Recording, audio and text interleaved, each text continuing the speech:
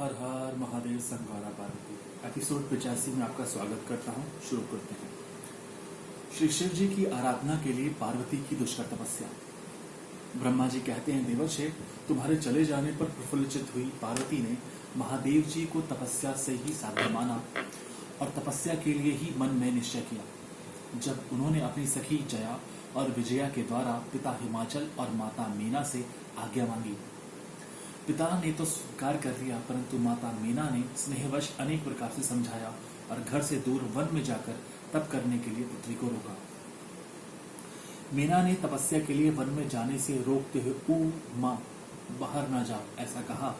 इसलिए उस समय शिवा का नाम उमा हो गया। उन्हें शैलराज की प्यारी पत्नी मीना ने रोकने से शिवा को दुखी हुई जान अपना विचार बदल दिया और पार्वती को तपस्या के लिए जाने की आज्ञा दे दी। मुनिश्रेष्ठ, माता की वह आज्ञा पाकर उत्तम व्रत का पालन करने वाली पार्वती ने भगवान शंकर का स्मरण करके अपने मन में बड़े सुख का अनुभव किया। माता पिता को प्रसन्नता पूर्वक प्रणाम करके शिव के स्मरण पूर्वक दोनों सखियों के साथ वे तपस्या करने के लिए चली गई। अनेक प्रकार के प्रिय वस्त्रों का परित्याग करके पार्वती ने कटी प्रदेश में सुंदर मूंज की मेखला बांध शीघ्र ही वल्कल धारण कर लिए। हार का परिहार करके उत्तम मृगचर्म को हृदय से लगाया। तत्पश्चात वे तपस्या के लिए गंगावतरण गंगोत्री तीर्थ की ओर चली, जहां ध्यान लगाते हुए भगवान शंकर ने कामदेव को दग्ध किया था। हिमालय का वह शिखर गंगावतरण के नाम से प्रसिद्ध है। वहीं परम उत्तम श्रृंगी तीर्थ में पार्वती ने तपस्या प्रारंभ की। गौरी के तप करने से ही उसका गौरी शिखर नाम हो गया। मुने शिवा ने अपने तप की परीक्षा के लिए वहां बहुत से सुंदर एवं पवित्र वृक्ष लगाए जो फल देने वाले थे। सुंदरी पार्वती ने पहले भूमि शुद्ध करके वहां एक वेदी का निर्माण किया, तदनंतर ऐसी तपस्या आरंभ की जो मुनियों के लिए दुष्कर थी। वे मन सहित संपूर्ण इंद्रियों को शीघ्र ही काबू में करके उस वेदी पर उच्च कोटि की तपस्या करने लगी। ग्रीष्म ऋतु में अपने चारों ओर दिन रात आग जलाए रखकर वे बीच में बैठती और निरंतर पंचाक्षर मंत्र का जप करती थी। वर्षा ऋतु में वेदी पर सुस्थिर आसन से बैठकर अथवा किसी पत्थर की चट्टान पर ही आसन लगाकर वे निरंतर वर्षा की जलधारा में भीगती रहती थी। शीतकाल में निराहार रहकर भगवान शंकर के भजन में तत्पर हो वे सदा शीतल जल के भीतर खड़ी रहती और रात भर बर्फ की चट्टानों पर बैठकर तपस्या करती थी। इस प्रकार तप करते हुए पंचाक्षर मंत्र के जप में संलग्न हो शिवा संपूर्ण मनोवांछित फलों के दाता शिव का ध्यान करती थी। प्रतिदिन अवकाश मिलने पर वे सखियों के साथ अपने लगाए हुए वृक्षों को प्रसन्नता पूर्वक सींचती और वहां पधारे हुए अतिथि का आतिथ्य सत्कार भी करती थी।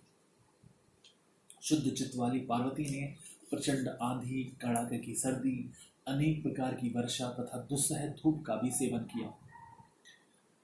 उनके ऊपर वहां नाना प्रकार के दुख आए, परंतु उन्होंने उन सबको कुछ नहीं गिना। उन्हें वे केवल शिव में मन लगाकर वहां सुस्थिर भाव से खड़ी या बैठी रहती थी।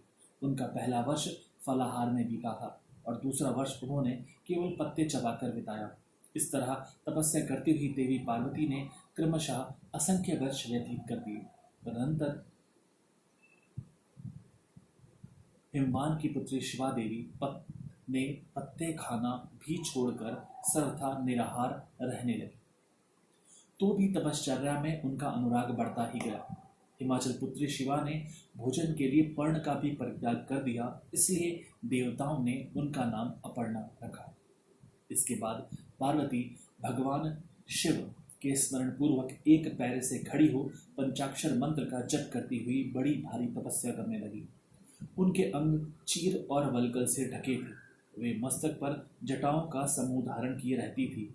इस प्रकार शिव के चिंतन में लगी हुई पार्वती ने अपनी तपस्या के द्वारा मुनियों को जीत लिया। उस तपोवन में महेश्वर के चिंतन पूर्वक तपस्या करती हुई काली के 3000 वर्ष बीत गए। तदनंतर जहाँ महादेव जी ने 60,000 वर्षों तक तप किया था, उस स्थान पर क्षण भर ठहर कर शिवा देवी इस प्रकार चिंता करने लगी, क्या महादेव जी इस समय यह नहीं जानते कि मैं उनके लिए नियमों के पालन में तत्पर हो तपस्या कर रही हूँ? फिर क्या कारण है कि सुदीर्घ काल से तपस्या में लगी हुई मुझ सेविका के पास वे नहीं आए?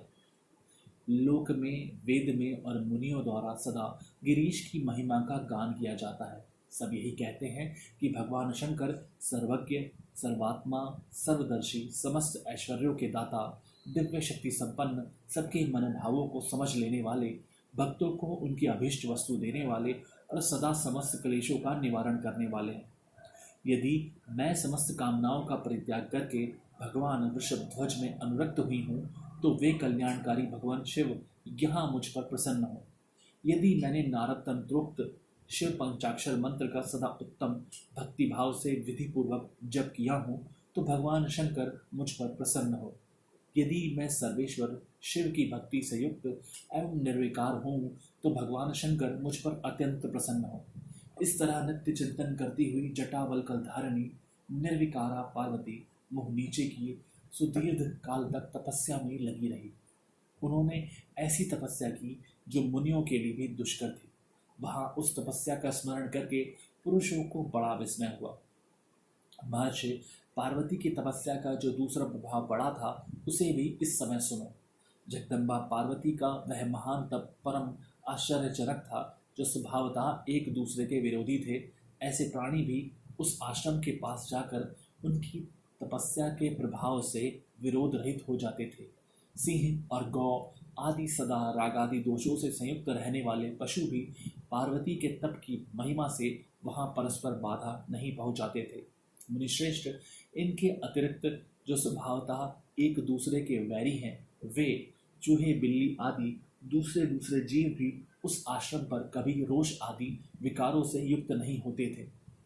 वहां के सभी वृक्षों में सदा फल लगे रहते थे। भांति भांति के तृण और विचित्र पुष्प उस वन की शोभा बढ़ाते थे। वहां का सारा वन प्रांत कैलाश के समान हो गया था। पार्वती के तप की सिद्धि का साकार रूप बन गया था। बहुत बहुत धन्यवाद। हर हर महादेव संग गौरा पार्वती।